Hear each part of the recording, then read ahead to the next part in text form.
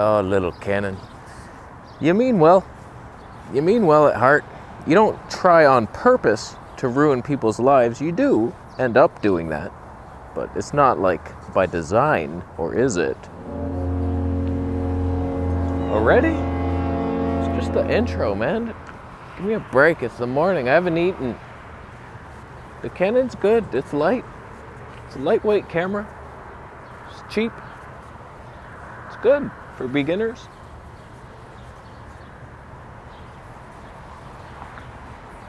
How come you haven't made any new lenses in 14 years? You better expose for my face. You do it eventually. I noticed Canon's very slow with their exposure change, and Sony has replicated that in the ZV-1, thinking that's a good thing. I would like a more immediate change. I know filmmakers probably like the gradual, oh, you barely even noticed it. I'm just like, get with the program already. I just stepped into the shade, I'm dark as shit. So today I just want to talk a bit about Canon and whether it's worth investing in their system. It could be for some people. For others, maybe not so much. And we also brought a couple cameras to compare with. Just a little Olympus with the fisheye corrected, because it's the same exact focal length. So that could be interesting. And the G85 that could. It's been a while since we brought her out of the shop. Let's see if she can compete with today's world. I bet she can. All I want is the perfect camera. All I want is the perfect camera. So we're on the Canon M6 Mark II with the 11-22 lens at Tony 4. That's the best Tony we could muster. And I gotta be honest with you. It's very light, it's easy to use, great autofocus. Because everything's in focus.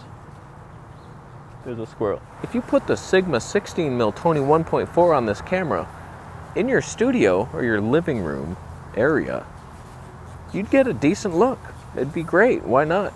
Out here that'd be a little heavy and there's no stabilization, so stop suggesting it for outside, you freaks. The system has potential thanks to Sigma saving your ass. But when it comes to Canon native lenses, I've noticed a couple things. There's levels of stabilization, and this lens is at the bottom level. In the underground caverns where the reptilians live, you're not really allowed down there. When you do go, by accident, you meet your maker. See, that should have been immediate. It's gradual, thanks for catching up, but just get to the point. So right now, this 11-22 has stabilization, and we're using digital stab. And it's not very good. I'm trying to be very careful here, so it should be somewhat usable, but I'm seeing jerky shit. There's warpy shit, jerky shit, shaky shit, just too much shit. I zoomed in for dramatic effect. It's in the filmmaker's handbook, page 15. So, what I've noticed, I made the wrong ass conclusion. When I was testing the RP, I noticed its stabilization was much worse than the R. And I was thinking, well, it's a cheaper model, they have a worse processor, that's why. It wasn't. It was because the lens, their new 15-35 lens stab is so much better than the old EF 16-35 24. So Canon's digital stab is entirely dependent on their lens stab. You have bad lens stab, forget the digital. You can't use a non-stabilized lens and digital. It ain't gonna make up. Maybe if you're just hand holding. If this is your vlog, then yeah, you might be okay with digital stab. Probably not. Doesn't look that smooth on the screen. There's some jerky stuff, but for the most part, this is what stabilization is designed for. Doing boring shit like this. So I haven't tested every Canon lens, but from what I've seen, the M lenses are terrible. Because they're designed to be light. That's all Canon cares about with this whole M system. How light can we make this? They don't care how slow the glass is, how good the stabilization is. Just let's get it into the pockets of tiny people, and they'll carry it and carry our company to the top. By the way, I have highlight tone priority on. Is that doing anything? It should at least keep some sky action happening. Let's see what happens here. Yeah, I'll wait. It's leaving us, but it's still there. I think it does help.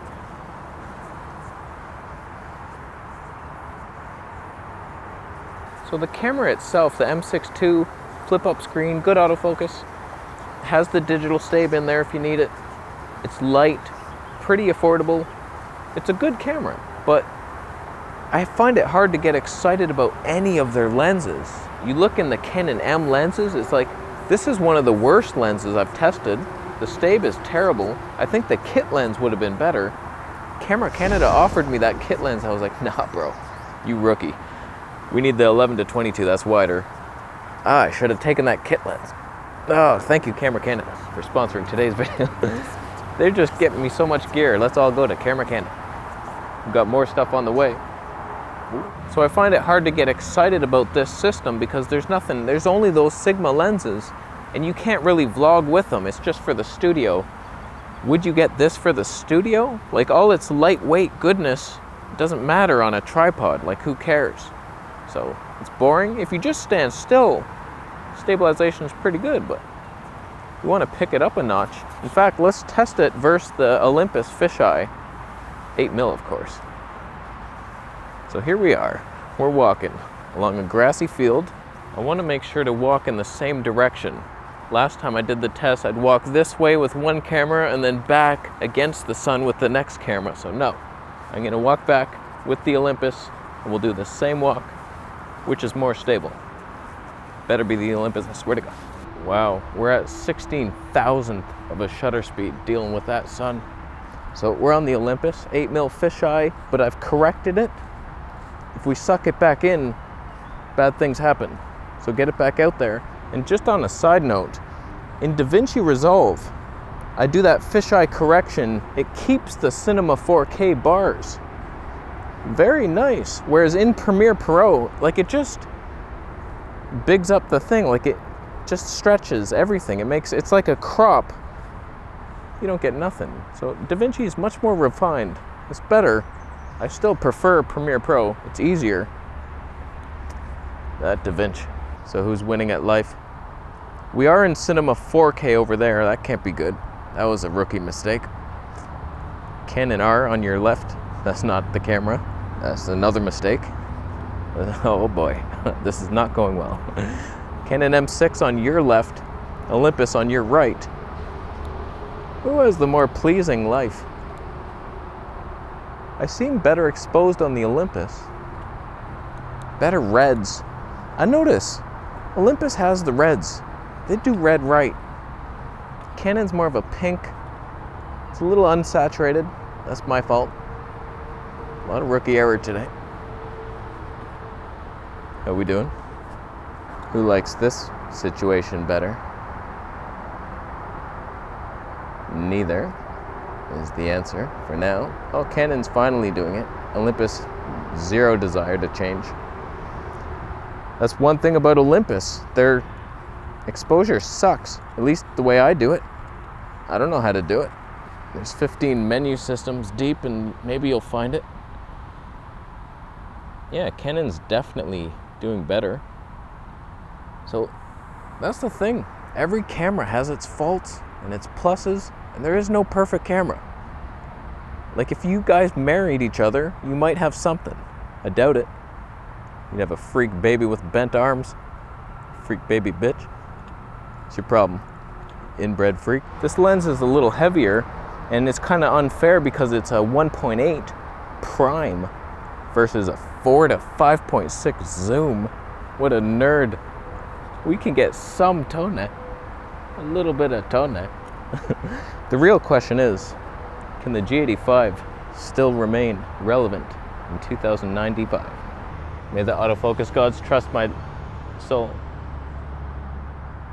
What the hell was that? Okay, I slowed down the setting. That's actually super helpful. Then you lock it off. You're good to go. You're good to go. Oh, little G85, how'd you do it? How did you do it? You're so stable. You're so tiny. Usually I don't film in 4K.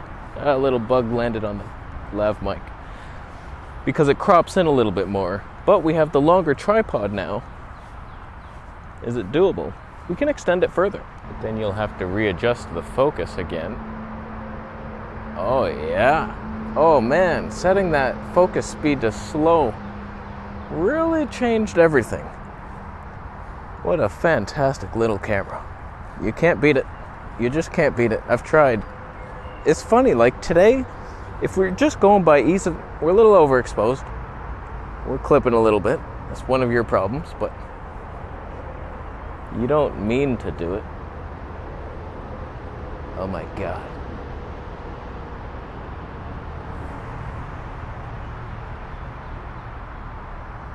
Just by overall pleasing image, stabilization, colors, exposure, even though there's zebras on my face, it's hard to beat the G85 still today. Most cameras fail. We go into the shadows, look at that. We're already bright. We're already bright enough. Fantastic. All right, G85 on your right, Canon on your left. Who's handling life better? Oh, both protected in the shadow. Similar. Canon looks a little brighter. Who recovers? I still see zebras on that G85. Canon seems to be doing better in the exposure test, but how they doing on the stabilization test? Yeah, what's up now? We're zoomed in almost all the way on the M6 to match the focal length, but here's how that stabilization looks compared to the Panny Boy. Just gliding along. We're all ghosts. We just love to hover. I had a hover bike when I was a kid. For the most part, the M6 is the better camera. It has slow motion, autofocus that works, but something about the G85 is just like still to this day. If you're just gonna talk like I'm doing and walking, that's it. That's all your video is. G85 is fine. It's lighter, I think. No, it's not. It's a little heavier. That M6 is light. I'll tell you that much. Just the glory. We're at Tony 1.7. Just because we can. Just because we can. I think this little Canon, if they would have just made it a 2.8 to 4 and better stabilization for this lens, we'd have something. I'd consider using it, but it is a bit shaky, and I don't like that. The cripple hammer runs deep on those lenses. The RF35 1.8, terrible stabilization. It's one of the worst I've ever seen. So it matters so much. But we'll see with their IBIS in the R5 and R6, is it good? Because I don't know, they're using the magnetic system, which is like Fuji's, which doesn't appear to be as good as the superior spring-based system of the Olympus way of life. So I don't know if it will ever be good, but you have a feeling that Canon will do it better than Fuji. They're just a little more polished in everything, it seems. Once they finally put a feature in, it actually works. So IBIS plus lens plus digital in a Canon, we might have it. We might have it. Then if that's the case, I hope their IBIS is so good that you can actually use a non-stabilized prime with digital. Oh man. Although Canon does market towards vloggers, we got the flip-up screen. Usually in all their commercials, you have somebody holding the camera and doing something stupid, all cheery, way too cheery for their own good. Look, I'm vlogging. It's not actually designed for vlogging. There's no way the stabilization in this lens was designed with foot movements into the equation. No way. Just panning. Oh, look at the landscape. A landscape vlogger? Give me a break. That's the dumbest thing I've ever heard. I'm not gonna lie to you, Canon does HDR pretty well. It's actually a somewhat usable mode, even though you have to drop back down to 1080p and 30p. That's bullshit. What? Like, that's a perfect example. Why is there no 24p in this mode? It should be easier than 30p. There's no reason for it not to be in there. Can we color grade it? How do you color grade HDR footage? It is really like a smartphone. It looks like it. So quiet. So peaceful.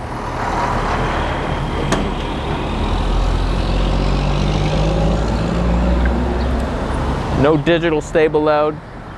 Hardly anything allowed here. Autofocus is allowed.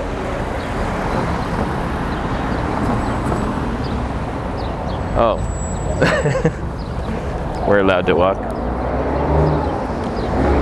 HDR. I don't know why the audio gets all weird too. What's up with that? So the M system, I mean, the thing's been out since when? Since that date, for sure, because I researched it beforehand. 2008.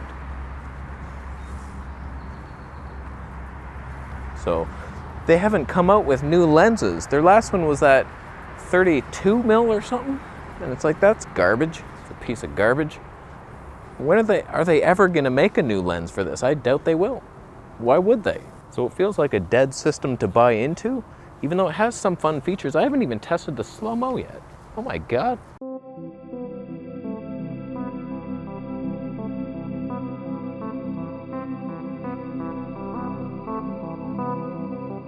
It looked pretty good, but there was a lot of cripplings in that mode. One, there's no autofocus, so you have to tap, and may I just suggest this, for this camera and every other camera, the Sony ZV-1, same thing. You have to lock focus basically. You press record, it's autofocusing until you do that, but then you can't really reach it. Let me just put a delay on it. Just let me press record, and then you're continuing to autofocus, and then after 3 seconds, boom, now you start recording, and then I can run. Oh, that would solve everything. But also in the menus, you have to deep dive. There's no quick switch. Custom modes, I doubt those work. Don't quote me on that. They might. But they didn't on one camera, the Olympus. But little minor annoyances. When you go into the menu to disable the slow-mo and go back to normal, it reverts to 1080p, 60p. Like, just go back to the mode I was in, 4K 24. You didn't. So that's your memory of a goldfish, not mine. So I can't really recommend this system. Even though it works, you're seeing it. Just make up your own mind. I'm just telling you my thoughts. But if what you've seen today looked good to you, then go for it. But it's just based on principle. With them not putting out many lenses, they don't seem to care about this whole mount. So I don't know if they'll ever make a RF aps-c. I don't see the point of that. Does this lens have any Sunstar capabilities? Oh, wow. Oh, it does. Not bad. They're not the most beautiful Sunstars you've ever seen. They're a little faded and thick. She thick. Yo, this video is way too long for its own good, but let me know how this performed today. How did it do against the G85 and Olympus? Were either superior in today's battle? Affiliate links down below, of course. And thank you to Camera Canada for sending me the cameras. I'm gonna send them back soon, so we're just back to stuff I own. That should be fun. I could make good content with what I own. It's possible. I doubt it. Thanks for buying a Camera Conspiracies t-shirt, or a Canon Cripple Hammer shirt, or a Tone shirt. I have a lot of shirts. Subscribe for more videos. I'll see you in the next one.